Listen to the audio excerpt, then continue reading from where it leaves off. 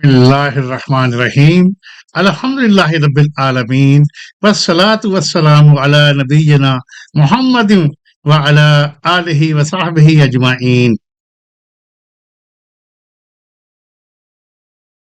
السلام علیکم ورحمۃ اللہ وبرکاتہ۔ میرے محترم بھائیوں اور بہنوں، آج کی حدیث مبارک ہمیں زبان کی حفاظت کا نہایت اہم سبق دیتی ہے۔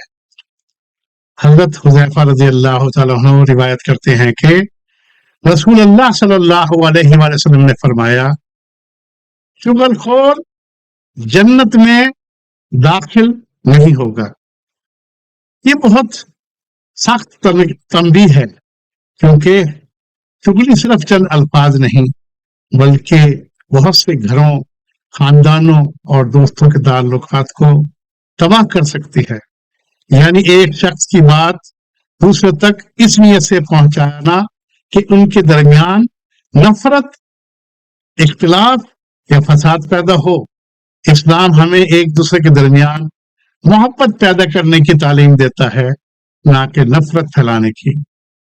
اگر کسی نے ہمیں کوئی بات بتائی ہے تو ہمیں سوچنا چاہیے کہ آیا اسے آگے پہنچانے سے خیر ہوگی یا نقصان ہوگا۔ اگر اس سے اختلاف پیدا ہوگا تو خاموش رہنا بہتر ہے، اور اگر کہیں دو مسلمانوں کے درمیان ناراضی ہو تو ہمیں صلح کرنے کی کوشش کرنی چاہیے، کیونکہ یہ اللہ تعالیٰ کو بہت پسند ہے۔ آئیے آج ہم اپنی زبان کی حفاظت کا عہد کریں اور ایسے انسان بنیں جن کی وجہ سے لوگوں کے دل قریب آئیں، نہ کہ دور ہوں۔ اللہ تعالی ہمیں اپنی زبان کی حفاظت کرنے، اصلاح کرنے اور ہمیشہ سچ، خیر اور محبت کی بات کرنے کی توفیق عطا فرمائے، آمین یا رب العالمین۔ آج کا سنت چیلنج، آج یہ عہد کریں کسی کی بات آگے نہیں پہنچائیں گے اگر اس سے اختلاف پیدا ہو سکتا ہو۔ اگر دو افراد میں ناراضی ہو تو صلح کرنے کی کوشش کریں۔ اپنی زبان کو خیر اور بھلائی کے لیے استعمال کریں۔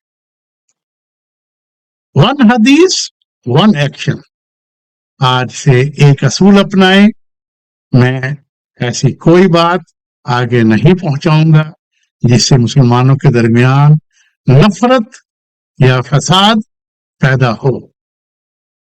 آج کی دعا، اے اللہ ہماری زبانوں کو جھوٹ، غیبت اور چغلی سے پاک فرما، ہمارے آپس کے تعلقات درست فرما اور ہمیں خیر و اصلاح پھیلانے والوں میں شامل فرما، آمین۔ Golden quote: Words can either build bridges or burn them. Choose words that bring hearts together. الفاظ یا تو دلوں کو جوڑتے ہیں یا توڑ دیتے ہیں، اس لیے ہمیشہ وہی بات کہیں جو محبت اور اصلاح کا سبب بنے۔ کلوزنگ دعا: یا اللہ عز و جل ہماری زبانوں کو ہر اس بات سے محفوظ فرما جو تیری ناراضی کا سبب بنے۔